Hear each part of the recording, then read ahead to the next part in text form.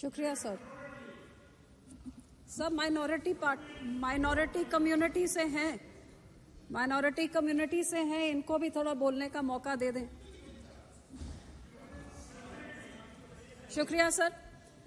Sir, as we debate a total overhaul of the criminal system after many years, and the government is bringing in something which is going to send out a message to the entire world, not only to the people in this country but to the entire world, कि आज जब भारत एक विश्व गुरु बनने के रास्ते पे चलना चाह रहा है, तो ये विश्व गुरु अपने लोगों के उनके इस सिस्टम को जब ओवरहॉल करता है, तो ये आगे का पीछे से सीख के आगे का क्या दिशा देता है। We are looking into the future where we are waiting to compete with the developed countries, and we cannot come up with draconian laws.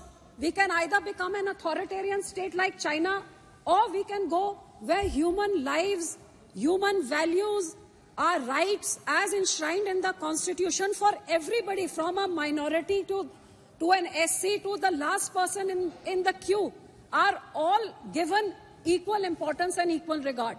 Before me, my colleague Owaisi Saab said a lot of things, and I am in agreement with many of those things, because the fact of the matter is that history has shown that whenever there are atrocities, it is the minority which has suffered the maximum. And I come from a state where we have been at the receiving end of this forever.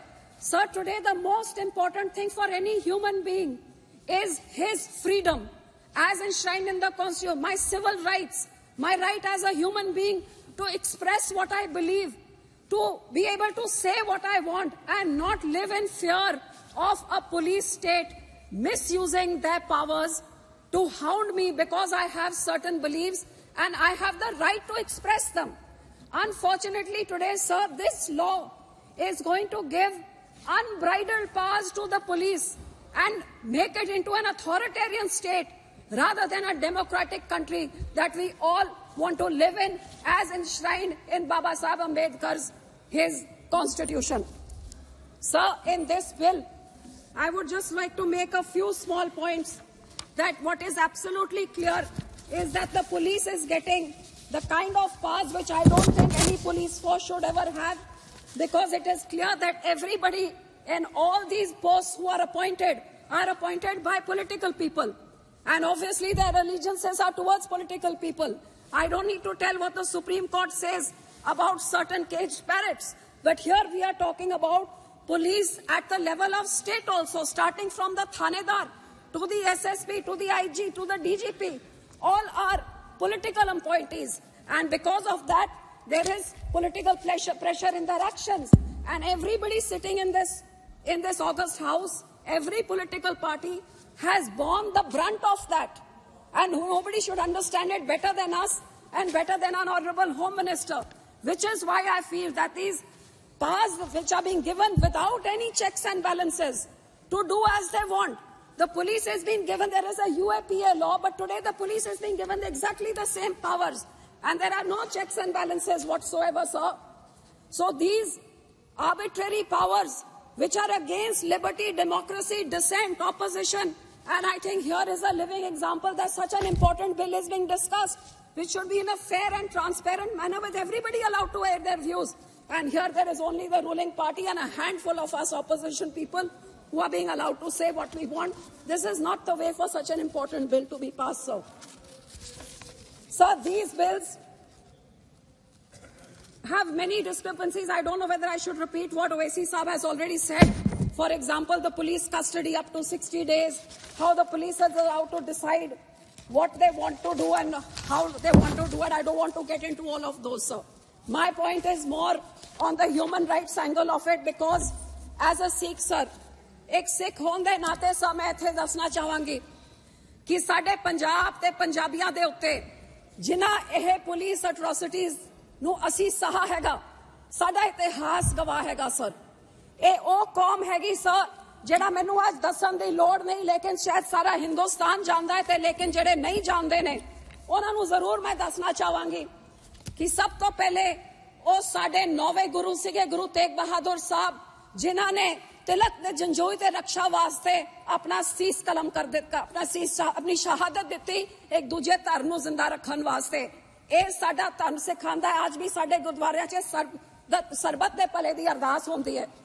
ਸੋ ਉਹਦੇ ਬਾਅਦ ਜੇ ਦੇਸ਼ ਦੀ ਗੱਲ ਕਰੀਏ, whether it is pre-independence, post-independence and till date, the Sikh community has made the largest sacrifices for this nation and are the most patriotic community, and I would like to highlight a few of these things, sir. Independence to pehla 1.5% ਸਾਡੀ ਆਬਾਦੀ ਸੀ ਸਿੱਖਾਂ ਦੀ, 1.5%, 1.5%, and sir ਸਭ ਤੋਂ ਜ਼ਿਆਦਾ sufferings at the hands of majorities this small community. I would like to tell this August House, 77% in the freedom struggle, 77% of all those sent to the gallows, out of which 81% of those, 77% out of the total people sent to gallows, 81% were Sikhs, sir. During Quit India movement, when many indiscriminate arrests were made, 70% of those were Punjabis who were arrested. Out of the 2,000 people who joined the Indian National Army when army was formed, 60% were Sikhs. Out of the 121 patriots hanged during the freedom struggle, 93 were Sikhs. Out of the 2,600 awarded life imprisonment during the freedom struggle, 2,147 were Sikhs, sir. Out of the 1,300 martyred in Jallianwala Bagh, 799 were Sikhs, sir. Sir, जब देश आजाद नहीं हुआ था, उस time ये सिखों ने 1925 में 1920 में अपने गुरुद्वारा ब्रिटिश के पिठुओं से आजाद हमने करवा लिए थे अपने गुरुद्वारा को, जब देश नहीं आजाद हुआ था, sir. After that, all leaders of every party, be it Pandit Nehru, who said, I salute the Akalis who have started the struggle for freedom and are fighting for it. Sir, this was in 1920 when Jawaharlal Nehru, then who became Prime Minister, later said this. आपके पंडित मदन मोहन मालवीय जी ने कहा, गुरु का बाग मोर्चा has given birth to the freedom movement which must lead us to Swaraj. ये freedom movement हमारे अकाली दल ने शुरू करी थी. Lala Lajpat Rai ji said, freedom is our birthright. The Akalis are the legitimate sons of Mother India who are fighting for her. ये Lala Lajpat Rai ji के words से गए. So in every sphere, I can say that considering we were hardly 1.5% of the population, ये भी मैं कह सकती हूँ, ये आज पंजाब हिंदुस्तान में है, इसमें भी हमारे मास्टर तारा सिंह जी की इंटरवेंशन, जब when he went to the Muslim League flag atop the Punjab Assembly at Lahore and pulled it down, which saved half of Punjab for India. Otherwise, entire Punjab would have gone to Pakistan, left to Mr. Nehru. And the Yamuna River would have been the dividing line between India and Pakistan. So, sir, ये लड़ाई पंजाबियों ने लड़ी. उसके बाद हमारे बॉर्डरों में देश का बंटवारा हुआ. हजारों लाखों सिख और हिंदू भाईचारों का अपने वहां से उजड़ के सब इधर आए. And लेकिन सर ये सब होने के बाद what did we receive post independence? All kinds of atrocities by the state. हमारे पंजाब का बंटवारा हुआ, लड़ाई हमने लड़ी, देश को आजाद करने के लिए कितने बड़े सैक्रिफाइसेस दिए, और जब देश आजाद हो गया तो पंजाब के टुकड़े टुकड़े करके अलग अलग राज्य बनाए गए. हमारे को राजधानी नहीं दी गई, हमारा पानी खो के दूसरे राज्यों को दे दिया गया अगेंस्ट रिपेरियन प्रिंसिपल्स. हर तरीके से पंजाबी स्पीकिंग गांव को दूसरे. सर प्लीज, अब तो कोई ऑपोजिशन नहीं है, अब तो आज टाइम दे दीजिए. बिल पर बोले इतना तक मैं आ रही हूँ उस पर सर, मैं एट्रोसिटीज की बात कर रही हूँ कि कानून कितना जरूरी होता है. उसके बाद सर, एक स्टेट स्पॉन्सर्ड जेनोसाइड का क्या कैसे हुआ, वो हमारे अकाल तख्त साहब के ऊपर इंदिरा गांधी के कहने पे जब वहां टैंकों तोपों से चढ़ा के हमारी सबसे जो धार्मिक स्थान है उधर जिस तरीके से टैंकों तोपों के साथ अटैक किया गया, गुरपुरब के दिन जब वहां पे श्रद्धालु थे उनके कत्ल करके सारा सरोवर लाल कर दिया खून से. ये एक स्टेट स्पॉन्सर्ड, जब प्रधानमंत्री अपने ही लोगों के ऊपर, तो क्यों आज तक इंदिरा गांधी के ऊपर क्यों कोई कानून नहीं लगा? उसके बाद जब हमारे दिल्ली में 84 का जेनोसाइड हुआ सर, तो कितने हमारे सिख लोग के कत्लेआम शरेआम हुआ, सारा देश जानता है ये कांग्रेस की देन. आपको हैरानी होगी, एक एफआईआर, सिर्फ एक एफआईआर दर्ज हुआ, तो क्यों आज 40 साल होने के बाद आज भी हमें तो कोई जस्टिस नहीं मिला। आपके इस नए कानून में सिखों के साथ कहाँ इंसाफ है? कौन सा वो पॉइंट है, मुझे बताएं जरा गृह मंत्री जी, वो कौन सा है जहां 40 साल बाद हमें इंसाफ मिले? और सर यही मैं कहना चाहती हूं कि हमारे सिखों के जब धार्मिक स्थानों पे अटैक हुआ, हमारे कत्लेआम हुए, कोई वहां पे किसी को सजा नहीं मिली, कोई FIR नहीं लगाई गई, कोई हमारे बहनों के साथ जो रेप हुआ, कोई हमारी सुनवाई जब कहीं नहीं हुई। और इसी तरह पंजाब में जब हजारों नौजवानों को, बेगुनाहों को UAP लगा के, ऐसे ऐसे कानून लगा के, जब उनको एक पूरी जवानी, अब यहाँ पे वो बिट्टू नहीं है कांग्रेस के MP साहब, उनके जो दादाजी थे, पूरा बेअंत सिंह ने एक पूरी पीढ़ी सिखों की खत्म कर दी। ऐसे ही पुलिस एनकाउंटर्स करके, फेक एनकाउंटर्स, आज तक हजारों लाखों नौजवान लापता, पता ही नहीं लगा कहाँ गए फेक एनकाउंटर्स में, क्योंकि पुलिस के पास अनबिल्डेड पास थे। तो इस तरह के विदाउट चेक्स एंड बैलेंसेस बाहर कितना बड़ा नुकसान कर सकता है, ये हमें पंजाबियों में देखा। और सर जब ऐसे हालात थे, जब नौजवानों को मारा जा रहा था पुलिस से, कल क्यों आपको हैरानी होगी, कल की कहानी, एक ऐसी लेडी 19 साल की, उसके हस्बैंड को उठा के मार दिया पुलिस एनकाउंटर में। और अब कितने 30-40 साल बाद आज थानेदार से लेके DGP तक, IG तक सबको पुलिस ने, अब जाके अदालतों ने उसको इंसाफ दिया, क्योंकि फेक एनकाउंटर था, फैब्रिकेटेड था, उसको एक टेररिस्ट बना के उसका एनकाउंटर कर दिया। तो ये तो लाखों हजारों से हर घर की कहानी थी पंजाब में 80 के दहाकों में। और सर जब ऐसा माहौल था, जब नौजवान मारे जा रहे थे, तो उन लोगों को रोकने के लिए जो हमारे सब सिर्फ कुछ सुझाव कुछ देना चाहती हैं? जी सर, मैं उसी पे आ रही हूँ सर, उसी पे मैं कहना चाहती हूँ। जब ऐसे का माहौल पूरे पंजाब में 10-12 साल चल रहा था, तो कुछ नौजवान, अब इधर ही इस हाउस में आपने देखा, कुछ नौजवानों ने कुछ दिन पहले क्या किया, क्या कह रहे थे वो नौजवान कि हमने अपनी बेरोजगारी, मणिपुर या फार्मर्स के बारे, तो नौजवान अपने भावनाओं में बह के उस समय उन्होंने कुछ कदम उठाए। 25-25 साल के नौजवान थे, हमारे बंदी सिखों की मैं बात कर रही हूँ, और बहुत विनम्रता से मैं बात कर रही हूँ, क्योंकि इस पूरे कानून में आज भी उन बंदी सिखों के इंसाफ के बारे में कुछ भी नहीं है सर। जो पंजाब के इस माहौल में जिन्होंने उठ के, भाई राजूआना जी जैसे, दविंदर पाल सिंह भुल्लर जैसे, गुरदीप सिंह खेरा जैसे लोगों ने जो कोई कदम उठाए सर, जो उन्होंने कोई कदम चके, वो क्योंकि पंजाब के हालात हो जैसे गए, ते हुण उन्हां सारियां नूं 28-28, 30-30, 35-35 साल हो गए, वो जेल च बैठे हुए ने।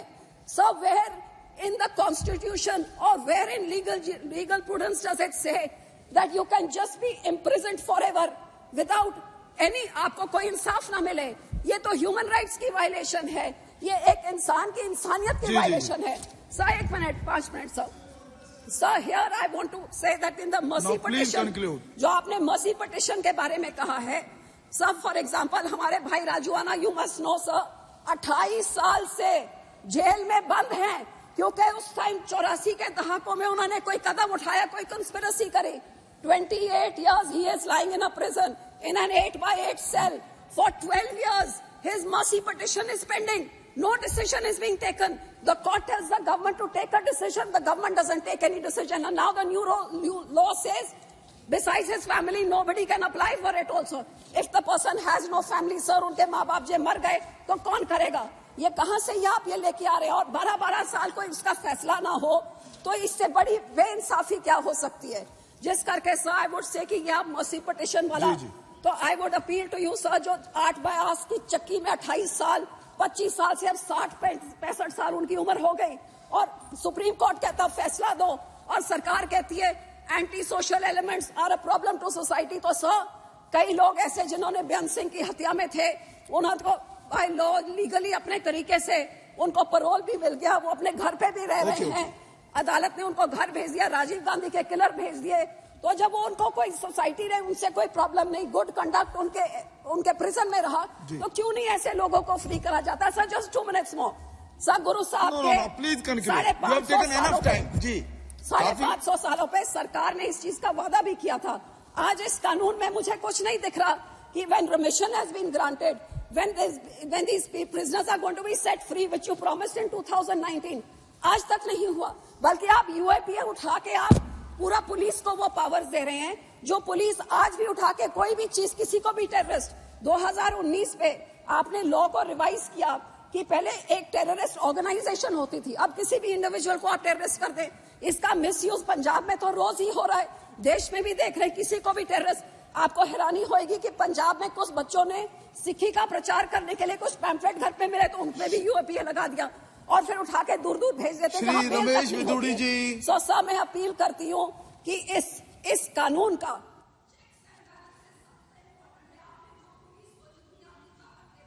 ये पुलिस का मिसयूज का हम इस चीज का गवाह है, और ये चेक्स एंड बैलेंसेस नहीं हुए तो यही कुत्ता कल आपको।